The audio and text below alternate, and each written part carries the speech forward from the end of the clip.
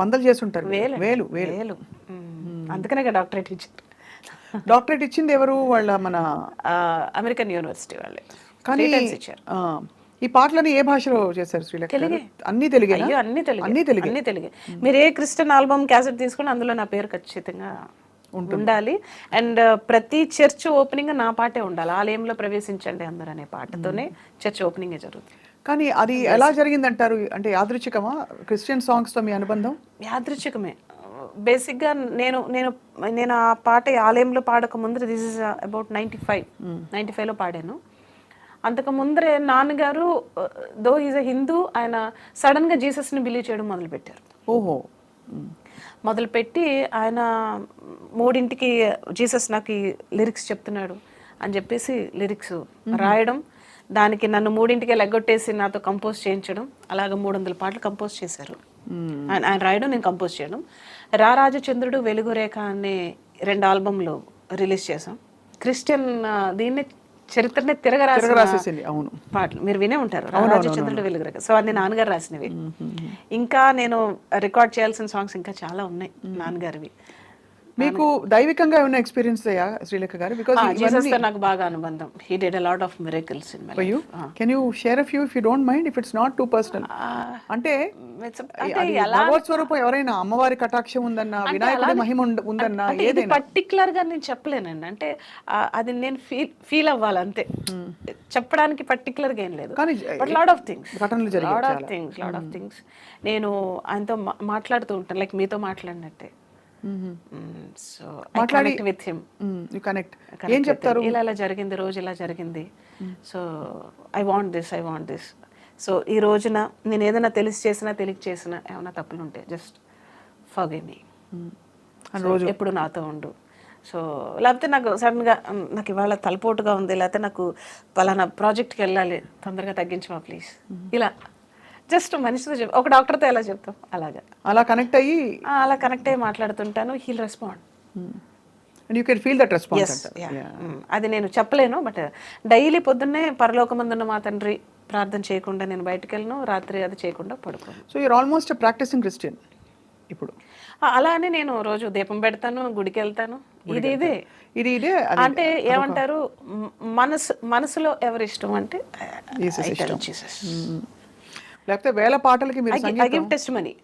నేను ప్రోగ్రామ్స్కి వెళ్తాను కదా, నేను ప్రోగ్రామ్స్కి వెళ్ళడం పాట పాడతాను, నేను బైబిల్ వాక్యాలు చెప్తాను, టెస్టిమనీ ఇస్తాను. బైబిల్ చదివారా?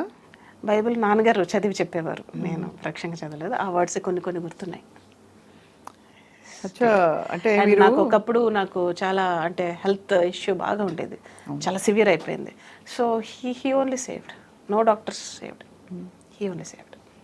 ఎలా ఫీల్ అయ్యారు అది? అంటే అంత పర్ఫెక్ట్, అంత కన్విక్షన్తో మీరు ఆ మాట అంటున్నారంటే హీ ఓన్లీ సేవ్డ్ అనే ఎక్స్పీరియన్స్ ఏమిటి? ఏదో ఇలా చేత్తో తీసేసినట్టు అంతే, మిరాకిల్, దట్స్ ఆల్. అంటే నేనేమంటానంటే, అంటే అది నేను జీసస్ అనొచ్చు, లేకపోతే మీరు రాముడు అనొచ్చు, ఇక్కడ మెయిన్ పాయింట్ ఏంటంటే బిలీఫ్, నమ్మకం, విశ్వాసం కూడా కాదు. ఇప్పుడు నాకు ఈ బాటిల్ నాకు ఇది మంచి చేస్తుంటే బాటిల్ కూడా ఒక జీవం ఉంటుంది, ప్రతి దీనికి ఒక జీవం ఉంటుంది. టచ్ వుడ్ అని ఎందుకంటారు? సో అది నమ్మకం అంతే, ఐ బిలీవ్. మీ లైఫ్లో చాలా ఎమోషనల్ అయిన సందర్భాలు ఉండుంటాయి కదా శ్రీలేఖ గారు, either out of Joy, ecstasy, లేదు దుఃఖము. నేను ప్రతిదానికి ఎమోషన్ అయిపోతాను. ప్రాబ్లం ఇప్పుడు ఇంత మ్యూజిక్ మీరు చూసాక ఉన్నమాట చెప్తున్నాను శ్రీలేఖ గారు, I met you few times, చాలాసార్లు మీ పాటలు నాకు చాలా ఇష్టం, ఆ లెవెల్ వరకు. బట్ మీలో ఎంత సంగీతం ఉందో అది ఇంకా బయటికి ఇంకా రావాల్సిన చాలా రావాలి. కానీ I don't know what is stopping who, ఎవరిని ఆపుతున్నారో అర్థం కాని పరిస్థితుల్లో. I think time is stopping. Time అంతేనా? నోబడీ, అంటే ఎవరో స్టాప్ చేస్తున్నారు, నేను ఎప్పుడు అది బిలీవ్ చేయను. నోబడీ కెన్ స్టాప్ అండి. ఇప్పుడు నా దగ్గర వచ్చే మీరు డబ్బుల్ని స్టాప్ చేయొచ్చు, ఇలా ఇంకో స్టాప్ చేయొచ్చు, నాకు వచ్చే ఆపర్చునిటీని కానీ నాకున్న టాలెంట్ కానీ కాన్ స్టాప్. అదే కరెక్ట్, అంతే కదా. దెర్ ఇస్ అంటే ఇప్పుడు నేనే కాదండి, ఎంతటోళ్ళకైనా ఒక చిన్న గ్యాప్ అనేది ప్రతి ఒక్కరికి వస్తుంది. కరెక్ట్, గ్యాప్ వస్తేనే మళ్ళీ ఒక బౌన్స్ బ్యాక్ అయ్యే అవకాశం ఉంటుంది. సో ఐ థింక్ దిట్ ఈస్, అయినా కూడా నేను ఒక గ్యాప్లా అని ఎప్పుడు ఫీల్ అవ్వలే, ఏదో ఒకటి చేస్తూనే ఉన్నాను. నేను బాంబే వెళ్ళి జింగిల్స్ చేశాను, అండ్ అలాగే లాస్ట్ ఇయర్ నేషనల్ అవార్డులో జ్యూరీగా ఉన్నాను, అండ్ మొన్నే బోనాల్ సాంగ్ చేశాను తెలంగాణకి, పెద్ద హిట్ అది. సో అంతకు ముందర కూడా ఇయర్ బోనాల్ సాంగ్ చేశాను మోహన భోగరాజ్ తోటి. సో పొలిటికల్ సాంగ్స్ చేస్తాను. బిజీగా ఉంటున్నారు హ్యాపీగా. నేను ఖాళీగా ఉండడానికి ఐదర్ నాకు ఆపర్చునిటీ క్రియేట్ చేసుకుంటాను, లేకపోతే వచ్చిన ఆపర్చునిటీ నేను వినియోగించుకుంటాను. So that's sit idol. అమ్మ అయ్యాక ఎలా ఉంది లైఫ్? అమ్మాయ్యాక బాగుంది. వాడితో అసలు సరిపోట్లే టైం సరిపోట్లే. How old is he now? Is 7. 7? అయ్య బాబోయ్. సెకండ్ క్లాస్ చదువుతున్నాడు. అంటే టైం ఎంత తొందరగా వాడు వేసే క్వశ్చన్కి నా దగ్గర ఆన్సర్స్ ఉండవు, అలా వేస్తాడు క్వశ్చన్స్. సంగీతం వస్తూ ఉంటుంది. అయ్యో సంగీతం వచ్చు, సంస్కృతం శ్లోకాలు చెప్తాడు. అబ్బా, అయ్యో చిన్నప్పటి నుంచే నేను కడుపులో ఉండగానే నేర్పేసేవాడు కానీ. వాడిని కూడా కొంచెం స్పిరిచువల్ వేలో పెంచుతున్నారు. ఏమనిపిస్తుంది శ్రీలేఖ, మీరు నాకేం కావాలి అంటే మీకు అన్ని అడగకుండా అన్ని అమరుతున్నాయి చక్కగా. సో మీరు రోజు when you wake up what you ఏమడుగుతారు భగవంతుని గారి జీవితాన్ని కానీ? మీరు పుట్టినరోజు కాబట్టి అడుగుతున్నారు. అంటే భగవంతుడు నేను జనరల్ గా ఎక్కువ హింసించును. అప్పుడప్పుడు పెడతా, ఇది కావాలి అది కావాలని పెట్టను.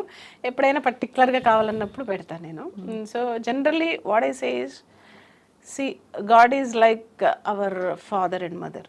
ఇప్పుడు మనకంటే మనం ఏదో అడుగుతాం, నాన్న ఇది కావాలి ఇది కావాలని. మన నాన్నకి తెలుసు మనకి ఏం చేయాలో. నువ్వు ఇది అడుగుతున్నావు, నీకంటే ఇది ఇంకా మంచిది, నీకు ఇది ఇవ్వాలనుకుంటున్నాను. సో అట్లాగా నాకు ఏది మంచిదో, ఏది కావాలో, ఎప్పుడు కావాలో, ఎక్కడ కావాలో, యు నో బెటర్ దెన్ మీ అని అలా కనెక్షన్ పెట్టుకో. అలా అంతే. నాకు ఏది కావాలి, నాకు ఏది మంచి అనిపిస్తే అదే చెయ్యి. కానీ నాకు ఏది మంచో ఏది చెడో తెలుసుకునే విచక్షణ జ్ఞానాన్ని నాకు ప్రసాదించు. ఏదన్నా వస్తే అవాంతరాలు వస్తాయి, బట్ దాన్ని ఎస్కేప్ అయ్యే ఇది ఇవ్వద్దు, దాన్ని తట్టుకునే ఇది శక్తినివ్వు. I don't want escape in the situations. You want the power to withstand, fight or stand. I don't want to give up any time. ఎందుకంటే నేను బాగుండాలి, నాతో పాటు 10 మంది బాగుండాలి. అంతే కదా, అంతే. అలా కోరుకుంటాను. 10 మందికి నా పై చేయి ఉండాలి ఎప్పుడు. You want to create that kind of an environment. Yes. నేను 10 మందిని పెట్టేలాగా స్టేజ్ చూసి బాగా కుళ్ళుకున్నది ఎవరు ఇండస్ట్రీలో? అయ్యో నాకు తెలియదండి. అంటే నేను అనేది ఒక అమ్మాయిగా దూసుకెళ్ళిపోయి ముందరకు వచ్చేసి చేస్తున్న వాళ్ళు ఎవరైనా ఉన్నారా? నాకు ఎవరు ఎదురు పడలేదు. అంటే సింగర్స్ చాలా మంది ఉన్నారు, వాళ్ళు అనుకోవచ్చు నేను అవ్వలేకపోయినా మ్యూజిక్. మేబీ లేకుండా ఉండదు, బట్ ఉంటుంది, ఆబ్వియస్లీ ఉంటుంది. So but did you ever feel, ఎప్పుడైనా తాకిందా మిమ్మల్ని ఆ ఈర్ష్య కానీ కొంచెం ఒక విధమైన తాగుతూ ఉంటది, but I ignore that. I know they are feeling jealous అని లోపల తెలుస్తూ ఉంటుంది మీకు, అది ఇగ్నోర్ చేసేస్తారా? చిన్న నవ్వుతో నేను ఇగ్నోర్ చేస్తాను. అన్ని విధాలా ధన్యులు అయితే. సో ఒక్కసారి నేను కూడా జలస్ ఫీల్ అవుతాను ఇప్పుడు శ్రేయాన్ని చూసినప్పుడు. శ్రేయాన్ని శ్రీదేవి గారిని చూసినప్పుడు అందం పరంగా, అబ్బా మనకు అంత మంచి ముక్కు ఎందుకు ఇవ్వలేదు, మనకి హైట్ ఎందుకు ఇవ్వలేదు, అంత అందం ఎందుకు ఇవ్వలేదు, జలస్ ఫీల్ అవుతుంటాను. సో అలాగే వాళ్ళు కూడా చూసి